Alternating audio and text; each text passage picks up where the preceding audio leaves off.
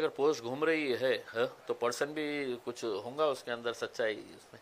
और पोस्ट घुमाने वाले जो है वो मेरे नांदेड़ के अहम जिम्मेदार जो है वो लोगों ने ये पोस्ट डाले हैं, क्योंकि उन्हीं की ख्वाहिश है कि नांदेड़ से इस बार लोकसभा का इलेक्शन हमने लड़ना चाहिए करके। नांदेड़ हमारे लिए एक बहुत इंपॉर्टेंट सेंटर है, वहाँ पे मजलिस को बहुत मकबूलियत मिली थी, बहुत अच्छा लोगों का प्यार मिला था जब महाराष्ट्र में पहली मर्तबा मजलिस आई थी। सबसे ज़्यादा कॉरपोरेटर्स हमारे नांदेड़ में ही हुआ करते थे। उसके बाद विधानसभा के भी इलेक्शन हमने लड़े हैं, और इस बार जब बाई इलेक्शन होने जा रहा है महाराष्ट्र के अंदर इकलौता एक लोकसभा की सीट का नांदेड़ के अंदर, तो वहाँ के लोगों की ख्वाहिश है कि नहीं हमने इस बार मैदान के अंदर उतरना चाहिए।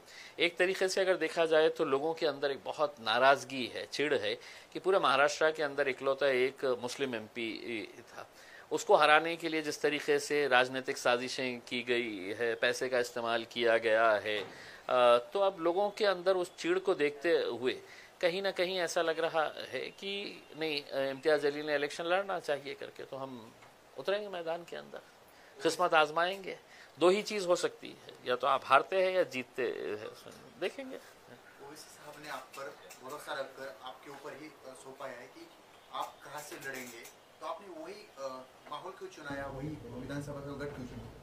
देखिए, लोकसभा की एक ही बाई इलेक्शन की सीट आई है, वहाँ के जो सिटिंग एमपी है उनकी डेथ के बाद ये बाई इलेक्शन होने जा रहा है। अगर कोई और उससे बेहतर अगर होती कॉन्स्टिट्यूएंसी तो वहाँ पर विचार करे होते, लेकिन चूंकि इकलौती एक सीट है, और जैसा मैंने आपको बताया है कि मजलिस का और नांदेड़ का एक बहुत पुराना रिश्ता रहा है, हमारा बहुत अच्छा ऑर्गेनाइजेशन सेटअप है वहाँ पर, तो हमने नांदेड़ के अंदर जाने का फैसला किए है। आप और जरांगे की मीटिंग हुई थी, वहाँ पर कुछ अहम मुद्दों पे चर्चा हुई, तो कौन से मुद्दे थे और उसके बाद आपने ये ठान लिया कि हमें वहाँ से लड़ना है? देखिए, मैं जरांगे पाटिल साहब से पहली मर्तबा मिला हूँ ऐसा नहीं है। जब उन्होंने अपना आंदोलन शुरू किया था उस वक्त भी मैं उनके गांव गया था। यहाँ पे जब वो एडमिट थे तो 2 मर्तबा मैं हॉस्पिटल जाके उनसे मुलाकात की थी। और इस बार यकीनन जब इलेक्शन के करीब अगर राजनीतिक पार्टी के लोग अगर एक दूसरे से मिलते हैं तो कोई मौसम के बारे में चर्चा नहीं करते हैं। नेचुरल है कि पॉलिटिकल उसके ऊपर ही चर्चा, और जो सोशल माहौल जो चल रहा है महाराष्ट्र के अंदर, इसी के बारे में चर्चा हुई होगी उसमें, और हमने करे है।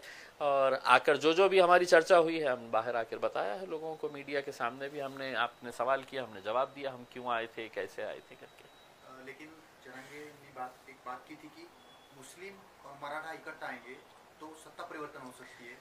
देखिए, जरांगे पाटिल साहब की एक बात मुझे पसंद आई थी, उन्होंने कभी भी मतलब ये नहीं कहा है कि किसी एक जात के ऊपर, उन्होंने कहा कि हम जात और धर्म के ऊपर उठकर हम सभी लोगों को समाविष्ट करना चाहते हैं जिन जिन लोगों के साथ नाइंसाफ़ी हुई है करके उसमें।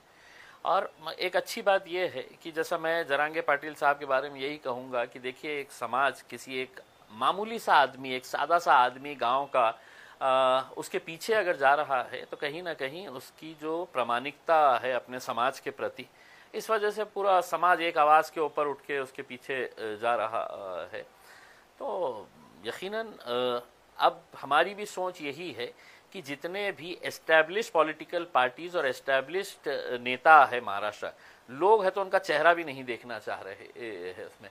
आप खुद देखिएगा, अभी जो हुकूमत के अंदर बैठे थे लोगों ने वोट किसको दिया था, हुकूमत में वो जाके किसके साथ बैठे हैं, किसके साथ दोस्ती कर लिए, किसके साथ गले मिल लिए है करके, तो लोगों का विश्वास अब राजनीति के ऊपर से ही ख़त्म होता जा रहा है। तो उनको एक ऑल्टरनेट देने के लिए हम सोच रहे हैं क्यों ना एक नया एक समीकरण तैयार किया जाए करके। सिटी का क्या माहौल है, क्योंकि अपने यहाँ पर जो कैंडिडेट्स है एमआईएम की ताकत यहाँ पर अच्छी है, उसके बाद कहाँ पर कौन से उम्मीदवार देंगे, इस तरह से क्या? चलिए, शुक्र है आपने माना तो सही है कि एमआईएम की ताकत यहाँ पर अच्छी है, अच्छी ही नहीं है बहुत अच्छी है यहाँ पे, और हम पूरी मजबूती के साथ लड़ेंगे जहाँ जहाँ पर भी लड़ना है। हमने बहुत पहले अपना प्रस्ताव महाविकास आघाड़ी को दिया था, अभी तक उनके पास से कोई बात नहीं आई है।